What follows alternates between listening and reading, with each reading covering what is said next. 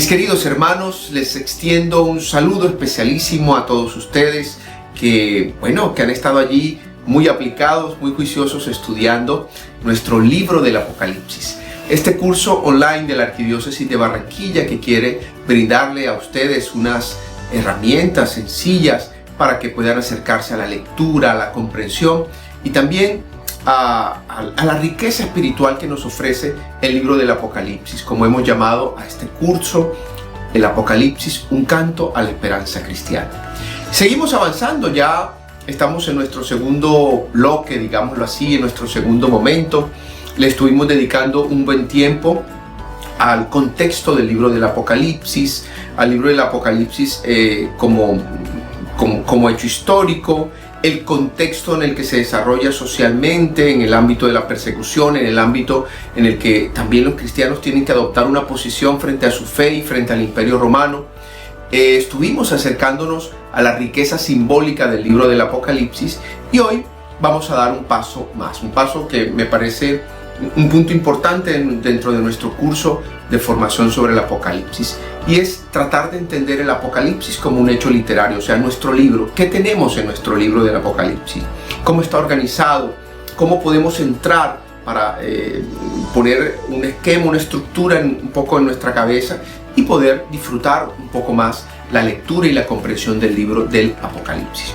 Partamos de unas afirmaciones que hemos dicho a lo largo de este curso ya varias veces. Primero, el Nuevo Testamento únicamente ha mantenido en el canon este libro del Apocalipsis. O sea, nosotros no tenemos en los 73 libros de la Biblia, recordemos, 46 del Antiguo Testamento y 27 del Nuevo Testamento, un libro que se llame Apocalipsis. Solo tenemos uno, pero sabemos bien que existe un gran telón de fondo que es la apocalíptica, la literatura apocalíptica, que está conectada también con la profecía. Pero solo nos ha quedado este, que es el último libro del Nuevo Testamento, que se llama precisamente el Apocalipsis. Una tradición ampliamente ya difundida desde los primeros siglos. Recordemos que el libro del Apocalipsis probablemente se escriba hacia finales del siglo I. Pero una tradición muy cercana a estos años, al menos ya en el siglo II está documentada después de Cristo, se identifica al autor de este libro con Juan. El texto del Apocalipsis nunca dice que es el apóstol Juan, dice Juan. Y este Juan está asociado por la tradición ampliamente referenciada con el apóstol San Juan. Se llama así mismo. Allí en el capítulo 1, verso 9, se nos dice yo, Juan. Y este Juan está desterrado a una isla que se llama Patmos. De hecho, allí en el mapa que estamos observando nosotros, vemos del lado izquierdo Grecia y del lado derecho Turquía, y encontramos entre Grecia y Turquía todo este grupo de islas muy pequeñas, y allí está ubicada Patmos, que será el lugar, según el mismo relato del Apocalipsis, donde Juan está desterrado y desde donde Juan tendrá también sus visiones, allí en esa pequeña islita de Patmos, que conforman las 12 islas, este grupito de islas que están referenciados como un grupo de 12 islas pequeñas que se encuentran aquí en el mar Egeo. Pues bien, partiendo de este hecho, tenemos que decir una palabra más con respecto a nuestro Apocalipsis para retomar estos elementos del hecho literario. El autor define repetidamente su obra como una profecía. Ya le hemos dicho, la apocalíptica en términos generales está conectada con la profecía. El Señor le dice a Juan que diga esta profecía. El Señor invita, exhorta al autor del libro que hable como profeta. Sea en el capítulo 10, verso 11, como finalizando también el texto del Apocalipsis, aparece este énfasis. O sea, esta palabra que tú vas a decir, esta palabra que tú vas a proclamar, está conectada con la profecía. Es una profecía, ya lo sabemos. La profecía no es adivinando el futuro. La profecía es esa capacidad de discernir la acción de Dios en la historia, en lo concreto de la historia, y después de este discernimiento también encauzar el camino que en este caso los cristianos tienen que vivir y que tienen que vivir en unas realidades complejas, adversas también para ellos. Bien, el autor siente que tiene una misión que lo coloca en la línea de los grandes profetas del Antiguo Testamento. Aquí están los puntos de conexión con toda la historia del Antiguo Testamento. Y además, el ámbito que se logra percibir en el texto del Apocalipsis es, y cuando espero que ya lo estén leyendo, cuando lean el libro del Apocalipsis se darán cuenta que hay una invitación recurrente a ser escuchado el autor, a ser escuchada la palabra que no es del autor, es una palabra de parte de Dios, y los exhorta con urgencia a escuchar la palabra, a esta palabra que se le está dirigiendo, y que también, entre otras cosas, en muchos momentos será explicada. No es una palabra escondida, críptica, en el sentido de que nadie la sabe. Por el contrario, este lenguaje que está utilizando el libro del Apocalipsis, ya lo decíamos, con una riqueza simbólica, es patrimonio de la tradición bíblica, y que una persona del siglo I que ha tenido contacto con la palabra de Dios, con el Antiguo Testamento, ya tendría la capacidad necesaria para comprender lo que estas imágenes están tratando de decir o transmitir. Pero el autor en general utiliza un lenguaje de exhortación y de urgencia para los que se inician o quieren leer el texto del Apocalipsis. Además de este aspecto de la urgencia, analizando internamente el texto del Apocalipsis, podemos notar que tiene un aspecto revelatorio. De hecho, lo sabemos, el libro del Apocalipsis se llama así porque la expresión en griego de revelación, en la palabra griega de revelación, que traduce revelación, es Apocalipsis. Este componente de revelación, de urgencia y de exhortación está expresado a través de una serie de imágenes. Aparentemente podríamos tener la sensación de que es una carta, sobre todo porque en los primeros capítulos se nos hablan de unas cartas que son dirigidas a unas iglesias, a las famosas 7 iglesias del Apocalipsis. Pero está descartado, o sea, no tenemos en el libro del Apocalipsis una carta como las de Pablo. Tenemos otro género literario. Este género literario se llama apocalíptica. Y tenemos que decir que hay un fuerte componente litúrgico.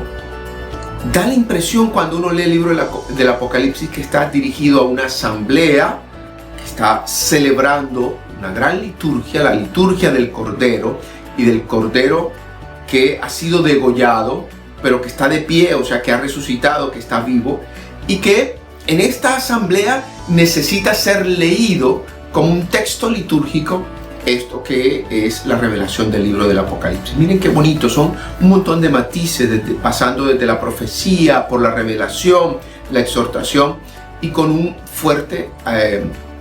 fuerte dimensión litúrgica que aparece expresa en muchísimas imágenes del libro del Apocalipsis. Hay otros elementos literarios que son típicos del texto al que estamos nosotros enfrentándonos. Hay frases que se repiten insistentemente y que se van como ampliando.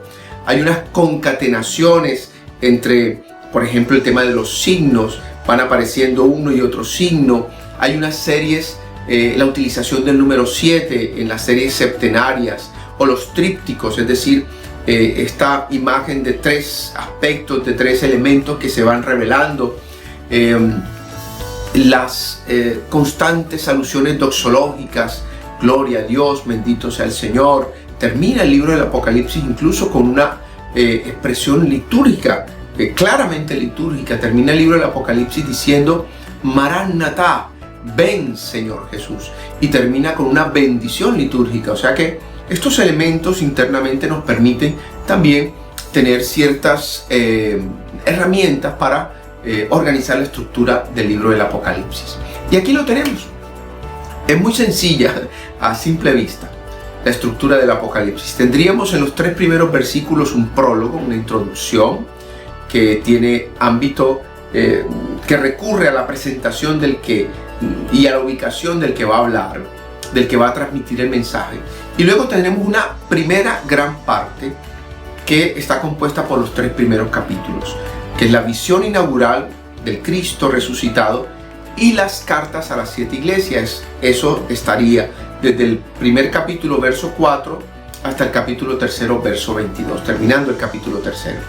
Y luego tendríamos una segunda gran parte, que son las visiones que tiene el vidente Juan, y que estas visiones están unidas a la historia de salvación, es decir, a la acción de Dios en la historia, que compondrían la mayoría del libro. Empezarían en el capítulo 4 y terminarían en el capítulo 22. Luego tendríamos un epílogo muy breve, capítulo 22, versos 16 al 21. No se asusten, padre, pero esto es muy complejo. Sí, la estructura es sencilla, pero el interior es complejo cómo está concatenado todo. Pero ¿qué sigue ahora, de ahora en adelante en el curso bíblico? Vamos a tomar cada parte, cada sección, así que no se preocupen, con calma. Hoy estamos presentando la estructura general y diremos una palabrita de cada una de estas partes. Los 3 primeros versículos, el prólogo, presenta el título del libro. Libro de la revelación de Jesucristo. El libro del Apocalipsis nos permite vislumbrar esta relación entre uno que lee, proclama la palabra de Dios y muchos que están escuchando. De hecho, en el verso 3 aparece esa alusión. Está una comunidad, una asamblea y una asamblea litúrgica escuchando. Esto, vuelvo y repito, nos conecta con el ámbito de la liturgia, con el ámbito de lo sagrado, con el ámbito de lo solemne. Luego tenemos una primera parte, como le hemos dicho, esta parte es la presentación del Cristo resucitado, y luego el Cristo resucitado que dirige unas cartas a las 7 iglesias que están allí en lo que hoy sería la actual Turquía. El mensaje a las 7 iglesias es un mensaje en 7 cartas, diferentes mensajes a cada una de las iglesias. Luego estudiaremos con más calma cada uno de esos mensajes. Y es el resucitado. El Apocalipsis lo expresa a través de una serie de simbologías y de imágenes que dirige a estas iglesias de Asia Menor. Allí tenemos en este mapa estas iglesias. Tenemos Pérgamo, tenemos Esmirna, tenemos Sardes, tenemos Éfeso, tenemos Tiatira, Filadelfia y tenemos la Odisea. Ahí están las 7 iglesias y a estas 7 iglesias les dirigirá el resucitado un mensaje. Se nota que se conoce muy bien la vida que están llevando estas iglesias, estas 7 iglesias del Apocalipsis. Hoy nosotros, si quisiéramos llegar y conocer dónde están esas 7 iglesias, nos encontraríamos con la sorpresa de que hay muy pocos cristianos aquí en estas iglesias. Son ciudades que han cambiado ya de nombre porque históricamente fueron de dominio musulmán. Hoy hay muy pocos cristianos, los cristianos son unas minorías, pero se encuentran restos arqueológicos muy importantes que testifican la presencia de las iglesias y que se pueden recorrer perfectamente. Luego tenemos la parte de las visiones, que es el grueso del libro del Apocalipsis, del capítulo 4 hasta el capítulo 22, que le llamamos esta segunda parte, las visiones y la historia de salvación. Es la parte más compleja. Y esta parte está organizada, podríamos decirlo así, en 3 secciones. La sección de los sellos, del capítulo 6 al capítulo 7, la sección de las trompetas, del capítulo 8 al capítulo 11, y la sección de los signos o de las señales. Recuerden, por ejemplo, vi en el cielo una gran señal, un gran signo, una mujer vestida de sol. Ese es uno de ellos, que está en el capítulo 12. Y esta sección de las señales está desde el capítulo 11, verso 15, hasta el capítulo 16, verso 16. Luego se extenderá a unos desarrollos de la historia de salvación hasta completar el capítulo 22. Precisamente el capítulo 22, del 16 al 21, se desarrolla en un ámbito dialógico, litúrgico. Juan, el ángel intérprete, aparece, Cristo, el Espíritu, la esposa, que es la iglesia, la comunidad de creyentes, confirma al grupo de oyentes en la vida que se ha ido madurando y en la que no pueden perder la esperanza. O sea, todo el libro del Apocalipsis, que uno dice es un libro que da miedo, que da temor, quiere llegar hasta aquí para decirles: no hay nada que temer. Cristo, el Cordero que ha dado la vida, que está de pie, o sea, está resucitado, todo lo ha venido a hacer nuevo. Así que abrirse a la esperanza. Estos versículos finales serán el epílogo del libro del Apocalipsis. Son unos versos muy corticos, muy contados, pero que terminarán precisamente con esta alusión litúrgica que envolverá todo el libro del Apocalipsis. Pues bien, mis hermanos, vuelvo y repito, tranquilos, no se apresuren. En las clases que siguen vamos a dedicarle tiempo a cada una de estas secciones o a cada una de estas partes para degustarnos el libro del Apocalipsis, para descubrir la belleza y la grandeza del libro del Apocalipsis. Les insisto a leerlo. Es más, quiero dejarles de tarea y de compromiso que al menos los 3 primeros capítulos antes de la próxima lección ya estén leídos.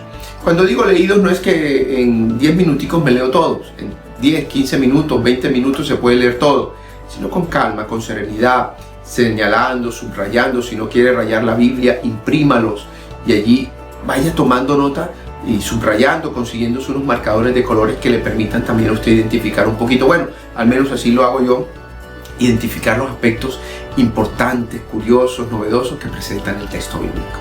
Pues bien, mucho ánimo, nos encontramos con un texto, con un libro que es palabra de Dios y que como palabra de Dios también tendrá hoy, para nosotros hoy, mucho que decirnos. Que el Señor Todopoderoso les bendiga, les cuide y les acompañe en el nombre del Padre, del Hijo y del Espíritu Santo. Amén. Y que la mujer vestida de sol, radiante, con la luna a sus pies, 2 estrellas alrededor, la Virgen María, te siga acompañando. Buen estudio.